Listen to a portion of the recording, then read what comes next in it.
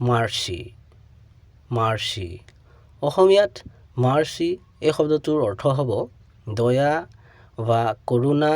বা ক্ষমা কৰা বা কৃপা অৰ্থাৎ কোনো ব্যক্তিৰ দ্বাৰা দেখুওৱা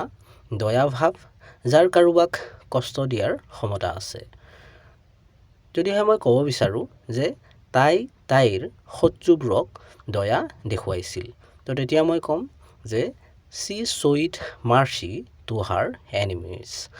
she showed mercy to her enemies